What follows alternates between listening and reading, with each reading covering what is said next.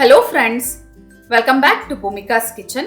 ನಾನು ಭೂಮಿಕಾ ಸುದರ್ಶನ್. ಇವತ್ತು ತುಂಬ ಹೆಲ್ತಿ ಆಗಿರೋವಂಥ ರೆಸಿಪಿ ಮೊಳಕೆ ಕಟ್ಟಿದ ಹೆಸರು ಕಾಳಿನ ಕೋಸಂಬರಿ ಮಾಡೋದು ಹೇಗೆ ಅಂತ ನೋಡೋಣ. ರಾಮನವಮಿ ಬರ್ತಾ ಇದೆ, ಬೇಸಿಗೆ ಕಾಲ ಶುರು ಆಗ್ತಾ ಇದೆ. ಈ ಥರ ಸಲಾಡ್ಸ್ಗಳನ್ನ ಮಾಡಿಕೊಂಡು ಕೋಸಂಬರಿಗಳನ್ನ ಮಾಡಿಕೊಂಡು ತಿಂತಾ ಇದ್ರೆ ತುಂಬಾ ಒಳ್ಳೆಯದು. ಬನ್ನಿ, ಇದು ತುಂಬ ಸಿಂಪಲ್ ಆಗಿರೋ ರೆಸಿಪಿನ ಮಾಡೋದು ಹೇಗೆ ಅಂತ ನೋಡೋಣ. ಮೊದಲು 1 ಕಪ್ ಹೆಸರು ಕಾಳನ್ನ ಚೆನ್ನಾಗಿ ತೊಳೆದು 5 ರಿಂದ 6 ಗಂಟೆ ಚೆನ್ನಾಗಿ ಅದನ್ನು ನೆನೆಸಿಟ್ಟಿದ್ದೆ. ನಂತರ ಅದರಲ್ಲಿರೋವಂಥ ನೀರನ್ನೆಲ್ಲ ಶೋಧಿಸಿ ಒಂದು ಪಾತ್ರೆಯಲ್ಲಿ ಹಾಕಿ ಮೊಳಕೆ ಕಟ್ಟಿದ್ದೀನಿ. ಬೆಚ್ಚಗಿರೋ ಜಾಗಗಳಲ್ಲಿ ಇಡಬೇಕು. ಓವನ್ನು ಅಥವಾ ಹಾಟ್ ಬಾಕ್ಸು, ಕುಕ್ಕರ್ ಒಳಗಡೆ ಹೀಗೆ ಬೆಚ್ಚಗೆ ಇರೋ ಜಾಗದಲ್ಲಿ ಇಟ್ಟರೆ ನೋಡಿ ಎಷ್ಟು ಚೆನ್ನಾಗಿ ಮೊಳಕೆ ಬಂದಿದೆ. ಇವಾಗ ಈ ಮೊಳಕೆ ಬಂದಿರೋವಂಥ ಹೆಸರು ಕಾಳಿಗೆ 1 ಬೌಲಷ್ಟು ಕ್ಯಾರೆಟ್ ತುರಿ, ಒಂದು ದೊಡ್ಡ ಕ್ಯಾರೆಟ್ ತೊಗೊಂಡಿದ್ದೀನಿ, ಹಸಿ ತೆಂಗಿನ ತುರಿ 1 ಬೌಲು. ಇದೆಲ್ಲ ನೀವು ಎಷ್ಟು ಹಾಕೊಳ್ತೀರೋ ಅಷ್ಟು ಚೆನ್ನಾಗಿರುತ್ತೆ. ಕೊತ್ತಂಬರಿ ಸೊಪ್ಪು ಸ್ವಲ್ಪ 1 ಟೇಬಲ್ ಸ್ಪೂನ್ ಸಣ್ಣ ಕಟ್ ಮಾಡಿ ಹಾಕೊಂಡಿರೋದು,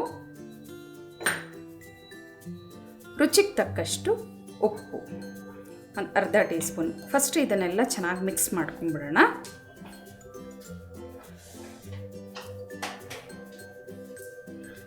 ಜೊತೆಯಲ್ಲೇ ಒಂದು ಅರ್ಧದಿಂದ 1 ಟೀ ಸ್ಪೂನಷ್ಟು ನಿಂಬೆಹಣ್ಣಿನ ರಸ.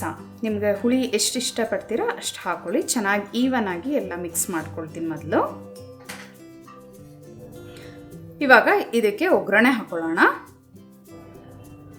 1 ಟೇಬಲ್ ಸ್ಪೂನ್ ಎಣ್ಣೆ, 1 ಟೀ ಸ್ಪೂನ್ ಸಾಸಿವೆ, 1 ಹಸಿಮೆಣಸಿನ್ಕಾಯಿ, ಕರ್ಬೇವಿನ ಸೊಪ್ಪು, ಚಿಟಕಿ ಇಂಗು, ಇದಿಷ್ಟು ಹಾಕ್ಕೊಂಡು ಒಗ್ಗರಣೆ ಮಾಡ್ಕೊಂಡಿದ್ದೀನಿ. ಇವಾಗ ಒಗ್ಗರಣೆನೂ ಹಾಕ್ಕೊಂಡು ಚೆನ್ನಾಗಿ ಮಿಕ್ಸ್ ಮಾಡ್ಕೊಳ್ತೀನಿ. ಮೊಳಕೆ ಕಟ್ಟಿದ ಹೆಸರು ಕಾಳಿನ ಕೋಸಂಬರಿ ರೆಡಿ ಇದೆ ನೋಡಿ. ತುಂಬ ಹೆಲ್ತಿ ಫುಡ್ ಇದು. ಚೆನ್ನಾಗಿ ಮಿಕ್ಸ್ ಮಾಡ್ಕೊಳ್ಳೋಣ.